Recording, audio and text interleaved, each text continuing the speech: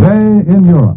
This is the time of day when the Columbia Broadcasting System calls in its CBS representatives abroad for reports direct from Europe. First this evening, we shall call in Berlin and hear the news from the German capital, where today the news has been that the war will go on. And then later during this broadcast, we'll switch over to London, where today Prime Minister Neville Chamberlain made the speech which refused the German peace terms. But first, Berlin, and we take you now to Berlin. Good evening. This is Russell Hill in Berlin. The chances of peace have been dropping all evening as inklings of the official German stand to Chamberlain's speech have leaked out of the Wilhelmstrasse. An official communique may be expected at any time now, and entirely reliable sources report that it will finally slam the door on peace, the door that the Nazis left ajar after Daladier's speech Tuesday. The city has been waiting with hardly concealed eagerness for this speech of Chamberlain's. It has not heard the speech, and probably never will. But it will hear what, from a practical point of view, is much more important. It will hear the German reaction. 6 hours ago, it was still possible to hope that the German stand would be that Chamberlain had left room for negotiations. At that time, the men who make decisions in Germany were still closeted, presumably examining the text of the British statesman's declaration to see whether it left any loophole for further diplomatic activity. It now seems that no such loophole was found. It is believed that the official communique, when it is released, will be worded in very strong language indeed. I can qualify this statement in two ways. In the first place, as long as no official German position has been publicly taken, it is impossible to say that it closes the door to peace 100%. All that can be said is that there is every reason to believe the German intention is to do that. In the second place, even though the Germans themselves may have come to a decision, there is just a chance that some powerful neutral may advise a reconsideration. I am thinking of the Soviet Union. If this new ally of Germany's wanted negotiations to take place, it might be able to make its influence felt. But most observers here do not believe this is a serious possibility. It would not be correct to speak as though negotiations had been going on for the last 10 days. There have been no notes handed back and forth, but actually the effect has been the same. The recent speeches on the part of Hitler, Daladier, and Chamberlain have been answers to each other. But they have been important not only for the purpose of testing the possibilities of reaching an agreement, but also for purposes of strengthening what is called here the home front. It is important to convince the population of each country that the government is fighting a just war, that the enemy is 100% wrong. I believe that this has been accomplished with considerable success on either side. The task of demoralizing public opinion in the enemy countries has by the same estimate been correspondingly unsuccessful. This is Russell Hill in Berlin, returning you to Columbia in New York. And now let's hear the report from London. Go ahead, London. This is London. I was in the House of Commons this afternoon when Mr. Chamberlain made his reply to Herr Hitler. The House was attentive but undemonstrative. On only one occasion did we hear that low rumble from both sides of the House which is reserved for statements approved by the vast majority of members. That occurred when the Prime Minister said that it would be impossible for Britain to accept such proposals as those set forth in the German Chancellor's speech. I sat in the gallery just about 5 yards from Mr. Maisky, the Soviet ambassador. He arrived ahead of most of the foreign diplomats. He sat down at the far end of one of the reserved benches. A few minutes later, the Duke of Alba, General Franco's representative, arrived and sat at the other end of the bench. About 10 feet of dull, green, polished leather divided the two men. Later, that empty space was filled by other diplomats. Mr. Maisky was smiling, not broadly, but still smiling. When the Prime Minister made his first reference to Russia, nearly every head in the House, members and visitors alike, swiveled round and eyes were brought to bear on the Soviet ambassador. That faint smile was still there. Mr. Maisky has an excellent poker face. 6 or even 3 months ago, Mr. Stalin's representative in London would not have been subjected to such a barrage of questioning eyes. Perhaps that's an indication of the changed position of the Soviet Union in world affairs.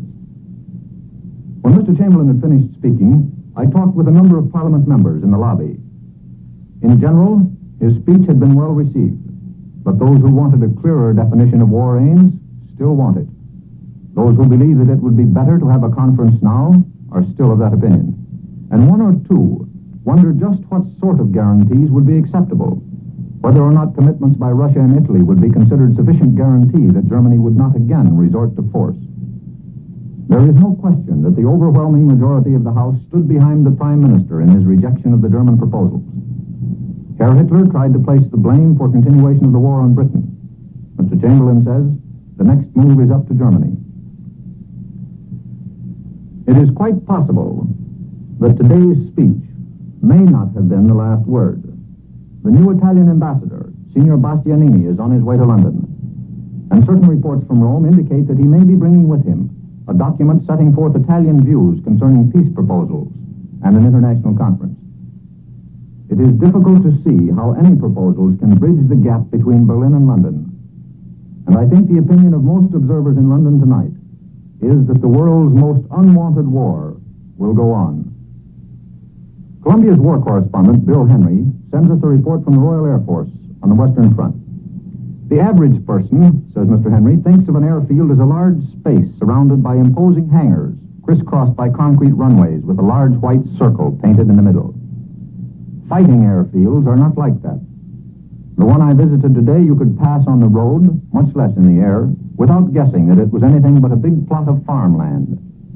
As a matter of fact, French peasants were actually raising crops on most of it. But if an enemy plane were to buzz over it, the whole neighborhood would suddenly come to life. For here is part of the British Air Force, with crews on duty day and night. I walked across a field, and almost before I knew it, I was walking bang into a huge airplane, magnificently hidden.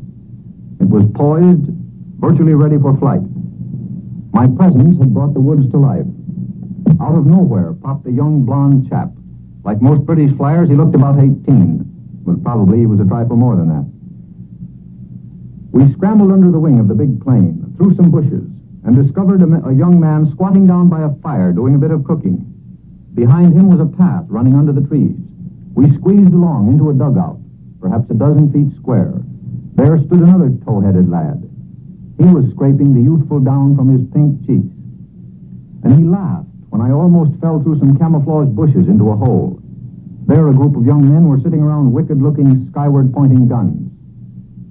And then I said goodbye and walked back toward my car. And that's the end of Bill Henry's report from the Western Front. We have news of the Polish Navy, because tonight in a broadcast here, Monsieur Zaleski, the Minister of Foreign Affairs for Poland, had this to say: units of the small but brave Polish Navy are in action alongside the British fleet. I mentioned to a friend of mine today that this was Columbus Day at home. He smiled and said, if Columbus had arrived in America today, having sailed from almost any port in Europe, I think that he might decide to stay over in the United States. And now for the news from Thomas Grandin in Paris. Go ahead, Paris. This is Paris. Chamberlain's speech has met with the entire approval of French official quarters. It's felt that the Prime Minister expressed the views of this country as well as those of his own nation. Whereas Daladier gave what might be called a fireside radio talk, Chamberlain has expressed the Franco-British attitude officially from the House of Commons. France agrees that no peace is possible without guarantees and security. The government here, like that of England, is prepared to study proposals, but it felt that the suggestions made to date by Hitler are not worth examination. The military communique mentions ambushes and patrols on both sides, and activity of French advanced units, notably in the region south of Saarbrücken. The center of international interest, obviously, is not on the Western Front this evening, but in the northeast of Europe. The more closely French observers watch this situation evolve, the more convinced they seem to be that Stalin is getting the better of Hitler. The Paris Times puts it this way: Russia, without fighting, merely by means of a diplomatic move based on the Red Army advance toward the west, is getting big advantages and occupying positions that most certainly constitute a threat to Nazi Germany. What's striking, the paper continues, in the mutual assistance treaties concluded by Russia with the Baltic countries is that in every case, without exception, the pacts appear to have been drawn up with this end in view. The fact that Vilno has been ceded to Lithuania is of no importance, according to the Temps, because the latter country is under Soviet domination. As for the Finns, who are a proud and liberty-loving people, the editorial goes on, they know they will get a certain amount of backing, especially from Sweden. Soviet expansion toward Finland raises a real problem for the Scandinavian countries, which are now threatened by both Russian and German imperialism. The North Sea is involved, the Paris Times declares. England, France, Belgium, and Holland, all of which border the North Sea, can hardly remain indifferent to this development, the editorial concludes. Lucien Bourgues, writing under a three-column headline in tomorrow's Petit Parisien, speculates as to whether the Soviet-German agreement includes the Scandinavian area. Very soon, he points out, we shall know. French observers as a whole seem to be convinced that Russia is getting the lion's share, and that history may see Hitler primarily as a man responsible for spreading communism throughout the north, the center, and the south of Europe at this particular time. This is Thomas Grandin, returning you now to the Columbia Broadcasting System in America. Here in America, we have a dispatch from Moscow which says that in Moscow there's still no official statement of what took place when United States Ambassador Lawrence Steinhardt, acting on the instructions from Secretary of State Cordell Hull, called at the Soviet Commissariat for Foreign Affairs at 2:30 this afternoon, Moscow time, and presented the American viewpoint to the Premier and the Foreign Commissar, Mr. Molotov, whose name means hammer in Russian.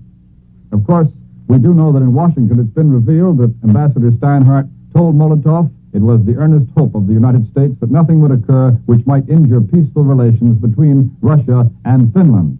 It was announced in Copenhagen that the Danish, Norwegian, and Swedish ministers in Moscow made representations to Russia similar to those of the United States, although, our State Department did say that America was acting unilaterally, acting alone, and not in concert with other nations. But Moscow reports that the Russian capital does not yet know what the American ambassador said. After the Russo-American conversation, Finland's special envoy, former Premier Dr. Juho Paasikivi, was called to the Foreign Affairs Commissariat at 5 o'clock this evening, Russian time, and he remained there for approximately 1 hour. He'll see Molotov again Friday afternoon. Now, just a reminder that at 8:55, Columbia will present its nightly broadcast of Elmer Davis and the news. This is the Columbia Broadcasting System.